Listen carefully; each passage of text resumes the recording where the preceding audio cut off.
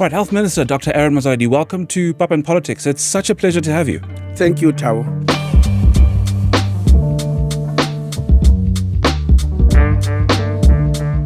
As the Health Minister, you preside over, the public healthcare system and the other aspects of that as well, right? Like, pharmaceutical interventions like lenacapavir and, things like that.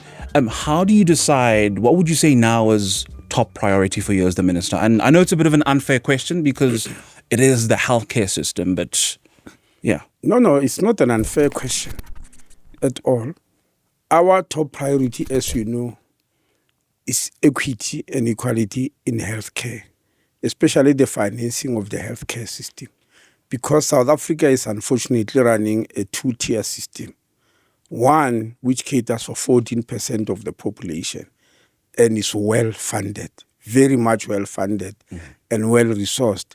The other, which is caring for 86% of the population, is struggling, and we want to bring equity. That's number one. But number two, we want to bring an end to certain diseases rather than just managing them, especially communicable diseases like HIV, AIDS, and TB. We want to bring them to an end, and our target date is 2030. Yeah. But we are also want to start dealing with some of the cancers because they are on the increase. Those that we could eliminate, we could. So in other words, we want our healthcare system to be centered on primary healthcare rather than a curative system, which is very prevalent now. Primary care meaning prevention of diseases and promotion of health. And that's why we want to get rid of some of the diseases. So I can say those are the two main ones, but I can also add the population, Thabo, is growing much faster than the facilities we have got. That's why we subpoenaed to both the President and the Minister of Finance 11 urgent infrastructure projects, huge hospital projects that need to be put up in the country, including urgently putting up 3 academic hospitals to expand the platform through which public health care is provided. And that's quite the tall order, isn't it? So when you talk about, equity in healthcare, I feel like the NHI carefully encapsulates that, doesn't it? And it's signed into law 2024, right? And the concept is, and this is according to my understanding, right? So this is money that's going to be in one large pool. And then what happens is, say I need to go to the doctor, right? And I've got a tummy bug. I can go to a private doctor who's registered with the NHI. I go there. I don't have to pay anything. And then they can claim from the pool. Is that am I getting it right? I could be. Yes, Mol. It is based on what the World Health Organization, yes, and United Nations declared as universal health coverage. Yeah. And universal health coverage, of course, is clearly misunderstood. People give it definitions according to their preferences. Yeah. But universal health coverage means two and only two things. One, that everyone, literally everyone, is entitled to good quality health care when they need it. Everyone. And now you understand it does not mention socioeconomic status. It says everyone is entitled to good quality health care. Now, everybody accepts that. I'm sure you are aware that NHI has been taken to court. But that first part, they all accept that everyone is entitled. It is the second part where there are lots of arguments and controversies. The second part says, and when you gain access to do that good quality healthcare, you should not suffer financially as an individual. There should be no financial hardships. Some people call that utopia, communism, and all that, but it's practical, Thabo. The World Health Organization has got figures of people, not counted in millions around the world, in billions, who previously were well-to-do or were not classified as poor. But somebody at home got sick. Yeah. The child got leukemia, or the father has got a tumor in the head, or the mother get breast cancer. When those things happen, there are people who actually wallow into poverty when they were not poor before because of health care. And the World Health Organization and the United Nations itself said we ought to deal with that. And that's what universal health coverage is designed to deal with. Well, in South Africa, we call it NHI. And it seems like such a concrete concept, doesn't it? I mean, on paper, it's perfect, right? But why is it so contentious? Apart from, I mean, we know why the private sector would take issue with that. I mean, obviously, they make a lot of money. But why do you think it's been met with so many challenges? No, the people who are challenging it are people who are gaining from the present system. Let me explain to you what the present system is like. The World Organization has declared that a country ought to spend at least 5% of their GDP on health. They've calculated that if every country, remember countries' GDPs are not necessarily the same, but they say if in any particular country you spend 5% of your GDP on health, the population ought not to suffer hardships. In other words, they ought to be covered relatively well in that particular country. Now, the problem we're having in South Africa is that we have long exceeded that 5%. Long. We are at 8.5%, which is very high by any standards, higher than many countries. By comparison, European countries are on average at 9.5%. So we are more or less in the same WhatsApp group with Europe. But our healthcare systems are diametrically opposite, as you know. Mm-hmm. What is the problem? Now, there are many problems that will include maybe corruption, incompetence, and maladministration, but that is what many people concentrate on. But there's a main one, a major contributor, that in that 8.5% of the GDP, which is spent on health, remember, this is not the budget, it's health expenditure. When you put public and private together, yes, the total expenditure is 8.5% of the GDP. Now, the problem is in that 8.5% of the GDP, 51% goes to only 14% of the population. 51% is spent by 14% of the population. The remaining 49% has to be shared by 86% of the population. That is grossly unequal. And there's no country in the world that can be described in those terms. That is where our problem is. Oh, okay. And then if you take it further, if 14% of the population has got 51% of the expenditure to them, then they get a lot of resources, including financial and human. And if 86% has to share the remaining 49%, they will struggle with personnel, struggle with resources, struggle with equipment, etc., etc. And this is, I mean, obviously there's obviously it's disproportionate, right, as you say. But do you think it is grossly disproportionate? Yeah. Now, yeah. I did not finally give the final answer to your question. Mm-hmm. Now, who are these 14% of the population? Unfortunately, it is the cream of the nation. These are people who govern the country, who run systems, who have got all the power. And that's why there is so much war. Who are they? It is educated people, it is teachers, nurses, policemen, the army, CEOs of companies, the judiciary, and members of parliament, politicians themselves, for which I'm one. we belong to that 14%. People have argued very strongly, so some emotionally, that this is private money. Why do you bother with private money? Some have even told me, look, I'm paying a lot of tax. Take my tax money and go to help the poor and allow me to enjoy whatever I can. Now, that is a very grossly misleading statement because it is not true that is private money. Why?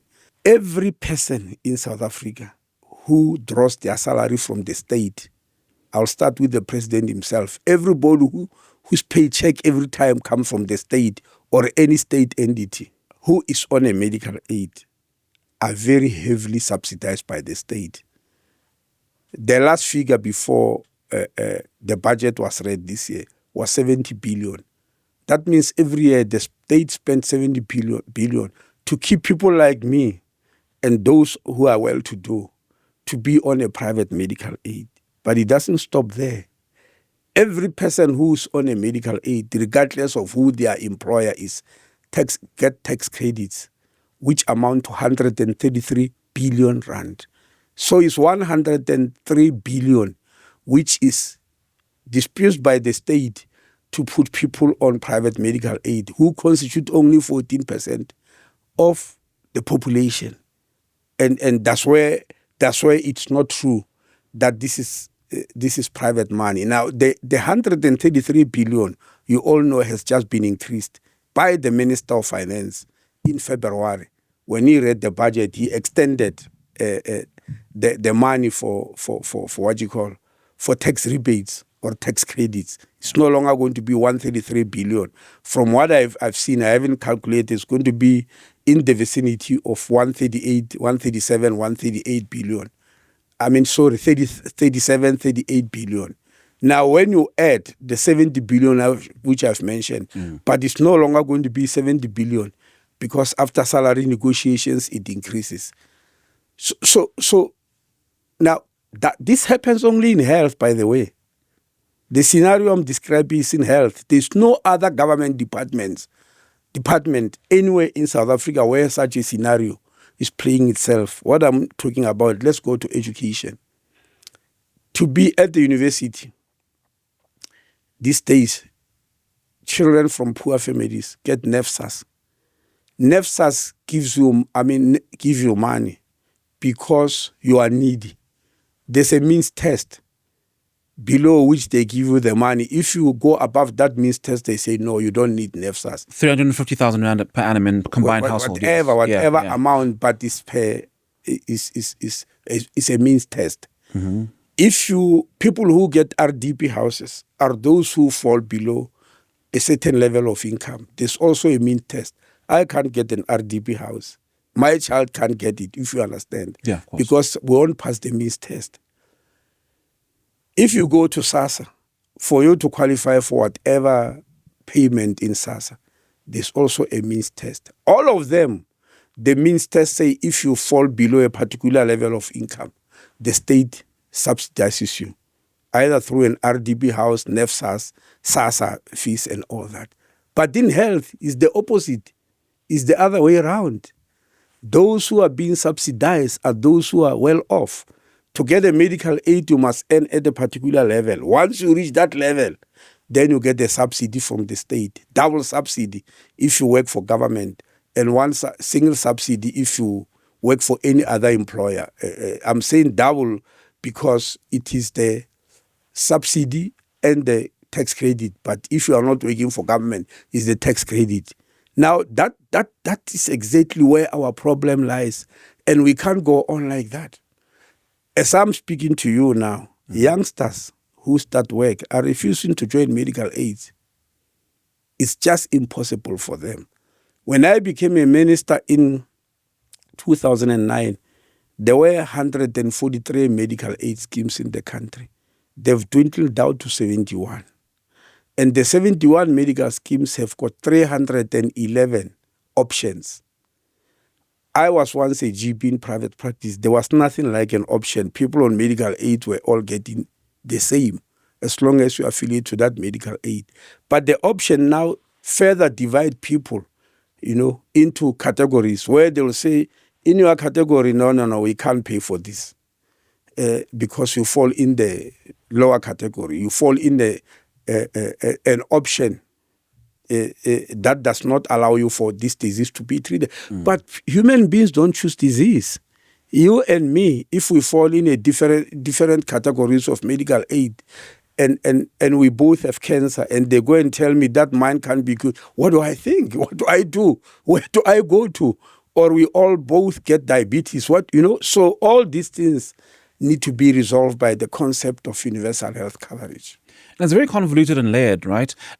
Do you think, barring all the challenges and people taking issue with certain aspects of it, how long do you think? Do you think 10 years is a good enough time for it to be implemented, assuming in a perfect world? In a perfect world, it's lifelong. People believe it's a lifelong thing. You don't wake up and say, I put universal health coverage, finito. Mm-hmm. It doesn't work like that. Ours, the NHI, is based on the NHS, the British one, the NHS, which they call NHS. It was established in 1948 as a response to the consequences of the Second World War. What are the consequences? After the Second World War, Britain was brutalized by Hitler. It was completely brutalized. People were very poor, they were unemployed, and they were sick. In fact, one expert told me actually Britain was nearly bankrupt at that time. And there was a Marshall Plan after the Second World War to rebuild Europe. If you remember, Marshall Plan. And the British were asked, how are you going to rebuild a country and rebuild the economy with sick people, with very poor people, with unemployed people who can't even get health care? It's not going to happen because sick people can't build an economy. I'm sure you're aware. In South Africa, when people get confused, I give them an example of 2010. If in 2010 the Department of Health did not launch the world's biggest HIV counseling, testing, and treatment campaign, which was regardless of your socio-economic status, many companies will have collapsed. I'm dead sure the mining sector will have collapsed, but so are many companies. Even education, from the number of teachers who were dying at that time, I was in health, I know that. But we did that to save the country. So the British were told the same thing, that where people are sick, dying, unemployed, how will they run the economy? Economy cannot be run by sick people. That's when they implement NHS. Now, that is 77 years ago. Last year, I was in Britain. They implemented two important things. Firstly, they injected 69 billion British pounds into NHS. Secondly, they developed a 10-year program to include primary health care because they were not heavy. So all I'm trying to say is whether you run it for 70 years or what, it's ongoing. It's not something that is a once-off thing where we'll say we'll start. It's not like building a house. It's not like that. Yeah. It's ongoing. It's like democracy. We started in 1994. There are still lots and lots of things which we still need to do. You can't put a deadline for them and say, at what time will you have finished building your democracy? It's not possible. You must nurture it every day. You must maintain it every day. You must change things every day. Those which work, you increase them. Those which don't work, you discuss. So it's a lifelong thing. Is it, though, an indictment of public healthcare in the country, the need for an NHI scheme in South Africa? Do you think it's, on some level, an indictment of the public healthcare system? It's not an indictment of public healthcare system because NHI doesn't say you don't use the public health or you don't use the private health. It doesn't say so. NHI is saying the financing of healthcare, whether public or private, must be equitable. So it's not an indictment on public health. It's an indictment on the financing of the healthcare system in the country. And how would you, if you could describe it in your view, our healthcare system? I mean, look, it's underfunded. There's, doctors can't find work. It's a tough one. How would you describe our healthcare system? What is underfunded is not the healthcare system, it's public healthcare. Yes. It's where 86% of the population go. Where 14% of the population go is grossly overfunded, if I may put it that way. It has got everything. I want to give you an example. A walking distance from here, where we are, a walking distance, literally walking distance. We have got a hospital that is in the private sector. It has got 57 gynecologists. What is the significance of that number? Mpumalanga, Limpopo, and Northwest, all added together in public health, cannot have 57 gynecologists. That is how gross the inequality is. I mean, also to your point, I'm from Atteridgeville, and I would hear stories of people just coming from like 50 kilometers away, like ignoring. Obviously, we've got multiple public hospitals, but it is when you hear somebody talk about how they're inconvenienced by the public healthcare system, and sometimes it's, of course you're going to wait long. You're in a public hospital, you are going to wait long, but then there are other aspects of like, well, okay, I didn't get my medication. It's kind of on some level like a systemic thing that. People kind of have to contend with? No, they don't have to contend with that. Absolutely not. If they had to contend with it, we wouldn't be coming with the concept of NHI. Yeah. We are doing it specifically because people don't contend with that. If you put 86% of the population in one sector and make them share a tiny fraction of the total healthcare expenditure, when 14% of the population have got everything, you will experience those type of things. There's no question about it. You will experience long queues because of shortage of doctors. You will experience shortage of equipment. You will experience all sorts of things that should not be there. And that's why we need to solve it, because you can't say people have to contend with that. Why should they? It's within the borders of the same country. I mean, one of the reasons I actually I mustered up the courage to contact your department spokesperson and have you here is that you were talking about lenacapavir, and it's this groundbreaking, medical intervention to help in our fight against HIV and AIDS, right? And obviously, this time last year, you now had to deal with the fact that there were the funding cuts by the Trump administration, right? But obviously, people, I think, on some level didn't understand to what extent. And I know, how have you, as the department, have had to deal with, I guess, to offset that, and to what extent, how it's to offset PEPFAR pulling out from the Trump administration. Yeah, because I just well, it was bad, but there was a saving grace.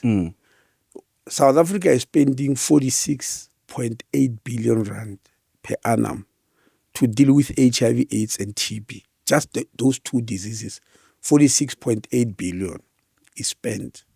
Now, out of that 46.8 billion, PEPFAR was contributing 7.8 billion, right? Okay. Now, the saving grace is this. That money was not buying us ARVs at all. 90% of the money for ARVs comes from our own fiscus, from Treasury. And the other 10% comes from the Global Fund. Like PEPFAR, it was also established to fight HIV, TB, and malaria. So at least we are not shaken there about availability or not of ARVs. The money was used for what? South Africa has got 54 districts, as you know. PEPFAR was only helping in 27 of those 54 districts, in only 8 provinces. For instance, there's no way in Northern Cape where PEPFAR was helping in any way. So Northern Cape is not touched, but whatever changes.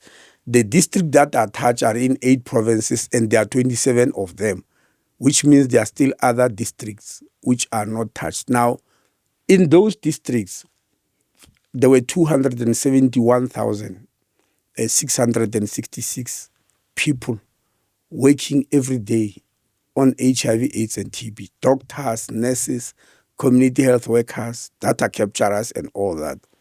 15,000 of them were paid from PEPFAR. 15,000 of them were paid from PEPFAR. And the rest were paid for by the state. So that changes nothing for them. The biggest problem we're having are these 15,000. But then we went to check. PEPFAR, being American, is funded in the manner in which the American healthcare system is run, which is what? More money is spent on people running the system than on patients. It's spent on salaries and all the other perks than patients. So we went to check. We found people who were earning more than the president running PEPFAR. There were nurses who left the government to go and work for PEPFAR. They were sent to Malawi. And they phoned me because they were now out of jobs. They were earning 80,000 rand. That we can't afford. And many funders internationally told us that, no, we can't replace this, what PEPFAR was doing. Nobody has got that capacity. No country or no funder. So what we need to do is to acclimatize and change the manner in which we're doing things. And that's what we're doing. Treasury did try through Section 16 of the PFMA, but they gave us only 750 million. Yes. And so that systems must not stop. And that did help, But we cannot continue along the same lines as PEP was doing. Now, which clinics were they running? In the districts that I spoken about, they were running 12 clinics out of about 2,700 clinics that exist there, which are run by the state. They were running 15. But they cannot underplay those 15 clinics, sure, because there were clinics for what you call bridging populations, for men having sex with men, for sex workers, for yes, people who find it very difficult to go to ordinary government clinics because of stigma, yeah, and all that. So we have to find a way to accommodate them. Why do you think there was so much panic in the beginning? Because I remember we even had to have the department spokesperson on to clarify, because there was all this panic around, what's going to happen? Trump is pulling out. And why do you think there was so much panic about that? Well, look, people were differently affected. There were people who were very, very comfortable in PEPFAR, and they are the ones who were panicking the most or spreading panic about this whole thing. And I'm not saying it's insignificant, but the panic, for instance, let me just give you an example, which is practical. So I'm not trying to blame them. Yeah. I'm just trying to explain to you. Let's say you are a researcher and you are getting 100 million South African rands, 100 million for your research, and it happened to come from this PEPFAR money. And all of a sudden they pull out. I mean, your whole world, if you understand what I mean. Yeah, it's a financial lifeline, yeah. Yeah, it's a financial lifeline. That's why in the 750 million that Treasury paid, we had to help because we still want research to go on. So we were lucky because 2 international funders came in and say, in order for researchers not to be in limbo, we are going to pay 100 million rand as a contribution, provided Treasury adds 200 million. That means there were 2 international funders. And each one said, if I add 100 million, Treasury must add 200 million. So that, is 300 million. And that happened, Treasury agreed. So each one of those companies paid 100 million each, which means it's 200 million, and Treasury paid 400 million. It gave us 600 million, and we gave it to the South African Medical Research Council to distribute to researchers so that they stop panicking. Not that they will be comfortable, because they were, funded very heavily, but at least to continue with research. Yes. Yeah. When you talk about HIV and AIDS prevention, lenacapavir, as I mentioned earlier, it's a form of PrEP, right? 2 injections. You said the first batch came in, I think, at the beginning of this month, right? Do you believe that are you confident that along with the existing measures, HIV preventative measures, could help combat it or at least alleviate new infections by 2030? It's quite. You're talking about the batch or just the concept of lenacapavir? Well, just the concept of just to end. Of course. Yeah. Of course, because trials has proven that if you give it to adolescent girls and young women, they are 100% guaranteed not to be infected with HIV. If you give it to men having sex with men, they are guaranteed 96%. Whichever way is very high. And so it's something worth doing. Yes, we are quite sure that if the question will be the uptake, if the uptake is okay, then we will reach those targets. That's why we met last year in what we call roundtable meeting. We called all 18 sectors of SANAC, South African National AIDS Council, consisting of the government, civil society, business, researchers, academics, labor, youth, women, etc., etc. We brought them together. But we also invited our international partners like the World Health Organization, UNAIDS, United AIDS Program, and UNFPA, United Nations for Population fund, we brought them together and said, in order for Lena Kapava to have an impact, who must be prioritized? Because we just can't give it at random. And the conclusion reached was that if we want to break the back of HIV, there are 4 groups of people who must be prioritized. Firstly, on top of the list is adolescent girls, and from the age of 15, and young women up to the age of 24. Those are our top priority. But from there follows pregnant women and lactating, those who are pregnant and those who are breastfeeding. And then lastly, the breaching population. Those are the people who are going to deal with. And it's believed that if those are prioritized, then we're likely to break the back of HIV and AIDS. And no word yet on the rollout and when it will begin? Sorry? No word yet on the rollout of lenacapavir. I mean, particularly. What do you mean? Lenacapavir. Do you know when we're going to start rolling it out? Because the first batch arrived of lenacapavir. Yes. No, we want it to be launched by the president himself. Oh, okay. Because of its importance. So we're still exchanging dates with him. But we've already selected 350 health facilities in the high burden districts. That's where we're going to start.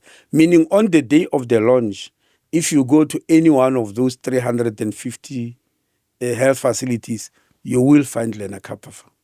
And then from there, we'll roll on to others. You can imagine it's still more or less 3% of our, 10% of our health facilities. But that's where we need to start. Oh, no, I hear you. And, there's this 15-year-old boy, and I remember you commented on it, this 15-year-old boy, the report said he travels from Mpumalanga to Charlotte Maxwell 3 times a week for dialysis. He's got some kind of metabolic condition, and he needs a liver transplant and a blood transfusion, I believe. And the family's refusing because they're Jehovah's Witnesses. So they've cited religious reasons. And I think you've been quoted as saying you would advise the hospital to seek legal opinion. Have you heard from the hospital? Yeah, but let me explain what was happening. Okay. Yeah, dialysis is when you've got kidney diseases. This child has got a liver disease, which can only be cured by a liver transplant. Now, nobody anywhere in the world gets a transplant without a blood transfusion.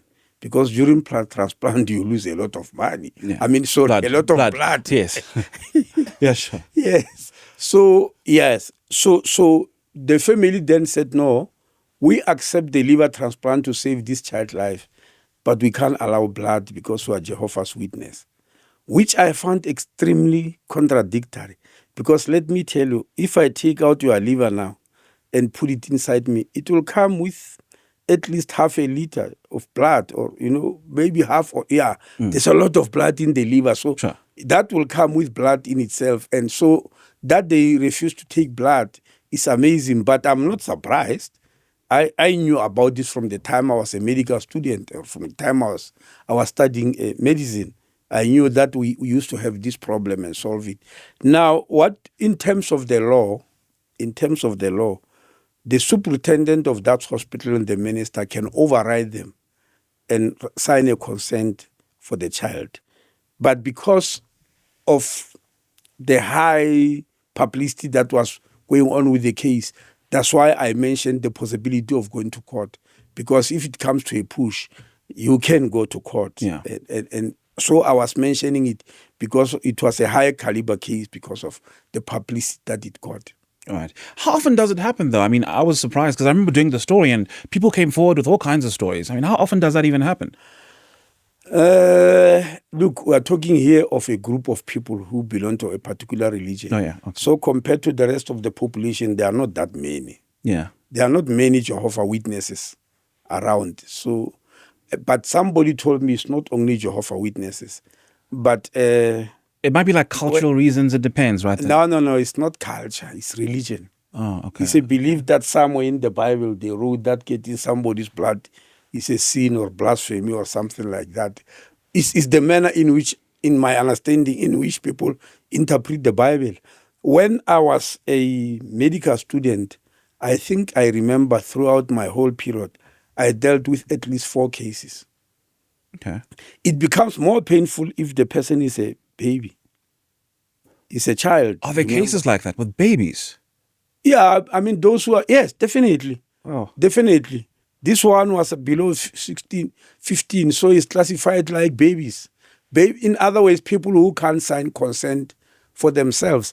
When I say we go to court or we give consent, I'm not talking about adults. An adult who has made the choice, what can you do? It's their choice, if you understand what I mean. You can't force them. We're talking about children. Because here is an adult out of their own beliefs and understanding of life and religion, imposes something to the child that might lead to death of the child. Does a parent have that right? That's the question, if you understand. Yeah, no, I hear. And the Children's Act is very clear that when you take a decision, or any adult person take a decision, whether administratively or medically or otherwise, whether you are a doctor, you are a minister, you are a judge, you are a policeman, or you are a magistrate or a lawyer or social worker, when you take a decision involving a child, you must do it in the best interest of the child. That's the bottom line. The best interest of the child trumps anything else. And I know, I mean, you can correct me if I'm wrong, but except if there are instances where there is an alternative, right? Where they don't. Am I right? I think so. If there's some kind of medical alternative, maybe to having the transplant or the blood transfusion, then the parent can make the decision. Well, it depends. Okay. From one person to the other. Okay. And I'll give you an example. When I was doing fourth year medicine, I was working in a gynae ward. We had this lady, that's many years, more than 40 years ago. There was this lady who was bleeding. It has uterine bleeding. Mm-hmm. That means his womb, her womb, rather. Yeah. Yes, was bleeding.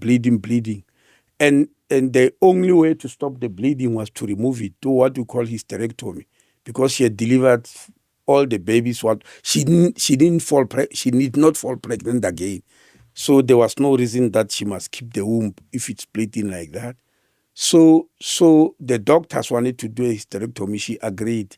But they found that her hemoglobin is very low, because hemoglobin is a measure of how much blood you have, by the way. I was going to ask. I was so confused. Okay, cool. Thank you. Hemoglobin is a pigment that carries oxygen, because the main use of blood in your body is to carry oxygen and nutrients. And the oxygen is carried on hemoglobin. If it is low, it means you are carrying less oxygen. When you look at you'll be pale on the tongue and in the eyes and all that. You see I'm pink.